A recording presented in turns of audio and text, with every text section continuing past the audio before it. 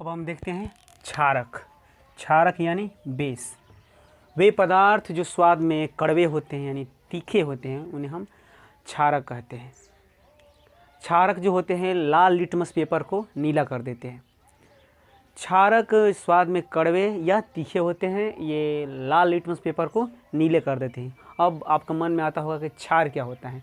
देखिए, सभी क्षारक क्षार नहीं हो सकते हैं, लेकिन सभी क्षार क्षारक हो सकते हैं। आई थिंक आपको हम समझाने का प्रयास करते हैं। देखिए, वे क्षारक जो जल में घुल जाते हैं, वे क्षारक जो जल में विलेय होते हैं, उन्हें हम क्षार कहते हैं। बच्चों को बड़ा कन्फ्यूजन रहता है कि क्षार और क्षारक एक ही बात है। नहीं, वे क्षारक जो जल में विलेय होते हैं उन्हें हम क्षार कहते हैं। देखिए, क्षारक एक और नाम है भस्म। क्षारक का एक और नाम भस्म भी है, वही भोलेनाथ वाला भस्म।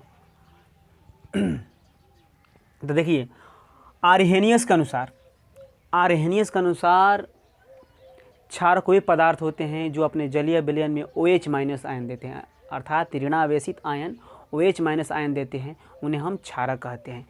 वे पदार्थ जो अपने जल में वियोजित होकर ऋणावेशित आयन के रूप में OH- आयन देते हैं, उन्हें हम क्षारक कहते हैं। ये साबुन ले सकते हैं, कास्टिक सोडा ले सकते हैं, ये सब क्षारक हैं। जो स्वाद में कड़वे होते हैं, तीखे होते हैं, उनका कहते हैं हम क्षारक कहते हैं।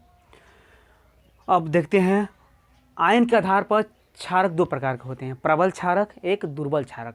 प्रबल क्षारक मतलब स्ट्रॉन्ग बेस, प्रबल क्षारक यानी स्ट्रॉन्ग बेस।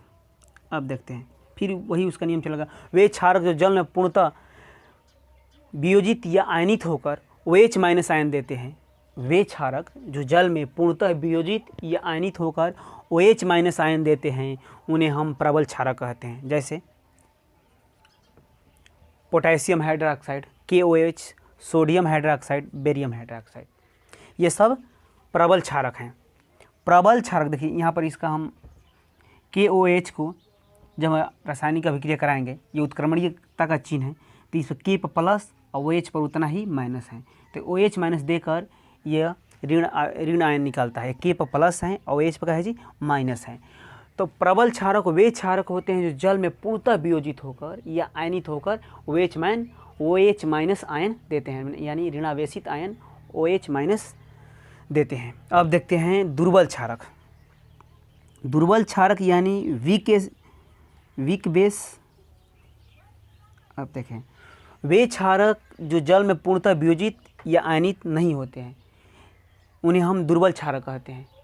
वे क्षारक जो जल में पूर्णतः वियोजित या आयनित नहीं होते हैं, उन्हें हम जो प्रकृति में पाए जाते हैं।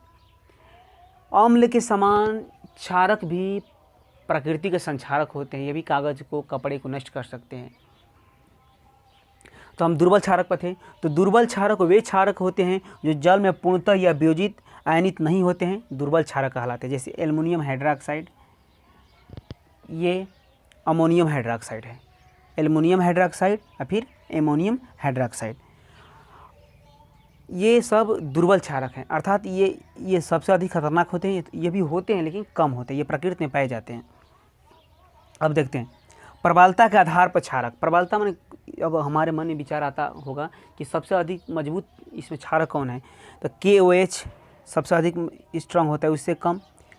KOH मतलब potassium hydroxide, sodium hydroxide, ammonium hydroxide, barium hydroxide, ये सब प्रबल क्षारक हैं। सबसे इसमें क्या है, सबसे प्रबल इसमें पोटेशियम हाइड्रोक्साइड होता है। देखिए, यहाँ पर आयनित करके हम दिखाएं। एल्युमिनियम हाइड्रोक्साइड को जब हम, उत्क्रमणीयता का चिन्ह है, मतलब इस तरह से भी ये बन सकता है और इससे भी ये बन सकता है। तो एल्युमिनियम प्लस का चिन्ह 3 रहेंगे और फिर 3OH, मतलब जितना इस प्लस है उतना इस पर माइनस चिन्ह होंगे। तो प्रबलता के आधार पर सबसे स्ट्रांग जो बेस होता है वो पोटेशियम हाइड्रोक्साइड होता है। तो मुख्य रूप से हम कह सकते हैं कि क्षारक वो पदार्थ होते हैं जो स्वाद में कड़वे होते हैं, तीखे होते हैं, ये लाल लिटमस पेपर को नीला कर देते हैं। आर्हेनियस के अनुसार क्षारक वो पदार्थ होते हैं जो अपने जलीय विलयन में OH- आयन देते हैं। जैसे हम साबुन ले सकते हैं, कास्टिक सोडा हो सकते हैं। आयन के आधार पर क्षारक दो प्रकार के होते हैं, प्रबल क्षारक और दुर्बल क्षारक। प्रबल क्षारक वो होते हैं जो अपने जल में पूर्णतः आयनित या वियोजित होकर OH- आयन देते हैं।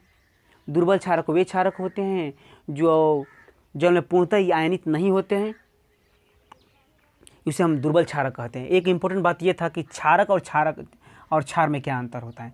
तो वे क्षारक जो जल में विलेय होते हैं, पूर्णतः विलेय होते हैं, उन्हें हम क्षार कहते हैं। अर्थात सभी जो क्षार होंगे वो क्षारक हो सकते हैं, लेकिन सभी क्षारक क्षार नहीं हो सकते हैं। अब आगे हम देखते हैं क्षारक के रासायनिक गुण। देखिए, जब क्षारक धातु से अभिक्रिया करता है तो लवण तथा हाइड्रोजन गैस बनाता है। क्षारक जब धातु से अभिक्रिया करता है तो लवण तथा हाइड्रोजन गैस का निर्माण करता है। देखिए, जिंक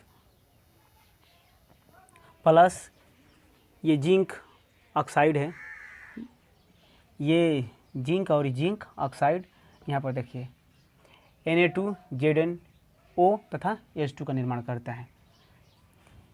यहाँ पर जिंक धातु हैं, ये क्षारक हैं, ये लवण, ये हाइड्रोजन गैस है। अब देखते हैं जब अधात्विक ऑक्साइड के साथ अभिक्रिया करता है तो क्षारक जब अधात्विक ऑक्साइड के साथ अभिक्रिया करेगा तो भी ये लवण तथा इस बार जल बनाएगा।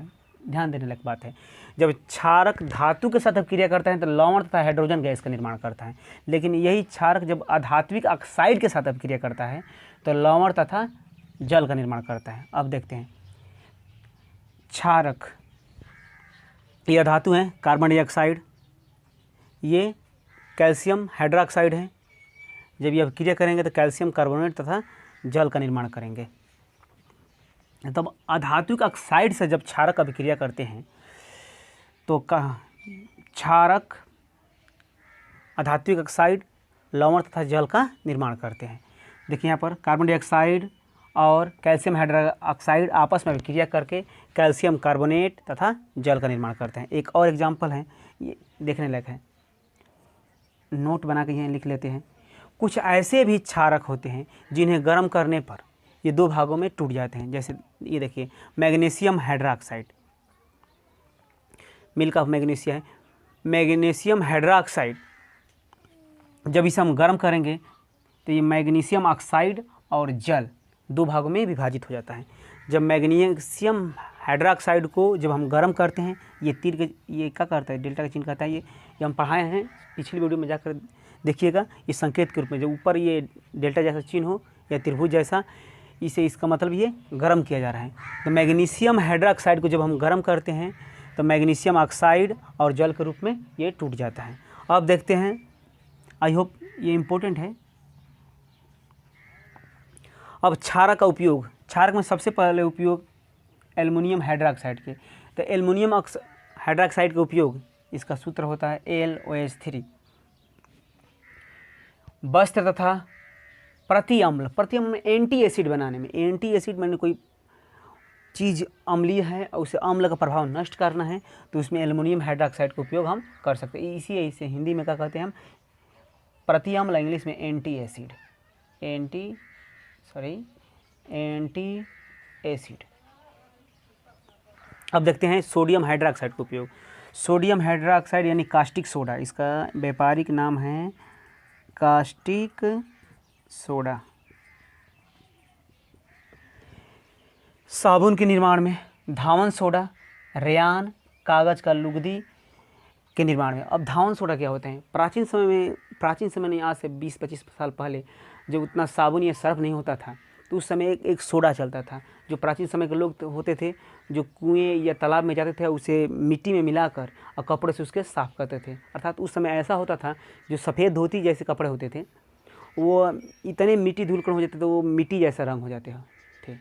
तो उस समय थोड़ी सफाई इससे होती थी, उसमें धावन सोडा का उपयोग किया जाता था। आई होप धावन सोडा को आप समझ गए होंगे। अब देखते हैं हम अमोनियम हाइड्रोक्साइड। अमोनियम हाइड्रोक्साइड का उपयोग क्लीजिंग एजेंट यानी निर्मली कारक के रूप में होता है, या अमोनिया लवण, यानी अमोनिया लवण के उपयोग में हम अमोनियम हाइड्रोक्साइड का उपयोग करते हैं। वही अमोनिया लवण यानी नौसादर के निर्माण में होता है। अब अगला देखते हैं कैल्शियम हाइड्रोक्साइड का उपयोग। तो कैल्शियम हाइड्रोक्साइड CaOH2 का उपयोग चमड़ा उद्योग में किया जाता है, चमड़े पर से बाल रिमूव करने में। खारे जल को, जैसे समुद्री जल है, उसे पीने योग्य पानी बनाने के लिए हम कैल्शियम हाइड्रोक्साइड का उपयोग करते हैं। खारे जल को मृदु बनाने में हम कैल्शियम हाइड्रोक्साइड का उपयोग करते हैं। अब ब्लीचिंग पाउडर यानी इसे हम विरंजक चूर्ण कहते हैं। हालांकि इसे हम आगे वीडियो में पढ़ेंगे। ब्लीचिंग पाउडर का सामान्यतः उपयोग किया जाता है फेशियल ओशियल में, या इसे हम निश्चेतक के रूप में उपयोग करते हैं। निश्चेतक यानी बेहोशी के दवा में भी, क्लोरोफार्म के निर्माण में भी हम ब्लीचिंग पाउडर का उपयोग करते हैं। ब्लीचिंग पाउडर शादी विवाह में जो दूल्हे का मसाज वसाज वगैरह किया जाता है उसमें भी कहते हैं सब ब्लीचिंग किया कराए हैं। तो इसे ब्लीचिंग पाउडर का निर्माण चेहरे को फेशियल करने में भी किया जाता है। अब क्षारक का और उपयोग है, जैसे हमारा जो टूथपेस्ट होता है वो हल्का क्षारीय होता है, क्योंकि जब हमारे दांत का पीएच मान 5.5 6.5 से कम होने लगता है तो हमारा दांत सड़ने होने लगता है। इसलिए हमारा जो टूथपेस्ट होता है वो हल्का क्षारीय होता है। जैसे डाबर ओबर का हम टूथपेस्ट देखते हैं, पतंजलि, ये सब दंतमंजन, ये सब क्षारीय होता है।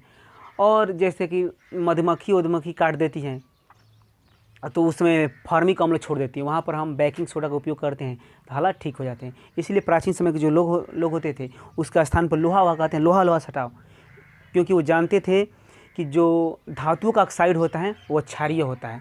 और जब धातु का ऑक्साइड क्षारीय होता है, जो मधुमक्खी कटी होती है या बिरहनी हड्डा, उस समय वहाँ पर अम्ल होता है। तो अम्ल और क्षार आपस में अभिक्रिया करके लवण का निर्माण करते हैं। इस समय वहाँ अम्ल का प्रभाव नष्ट हो जाता है। इस तरह हम क्षार का उपयोग दैनिक जीवन भी करते हैं। अब हम पढ़ते हैं लवण के बारे में।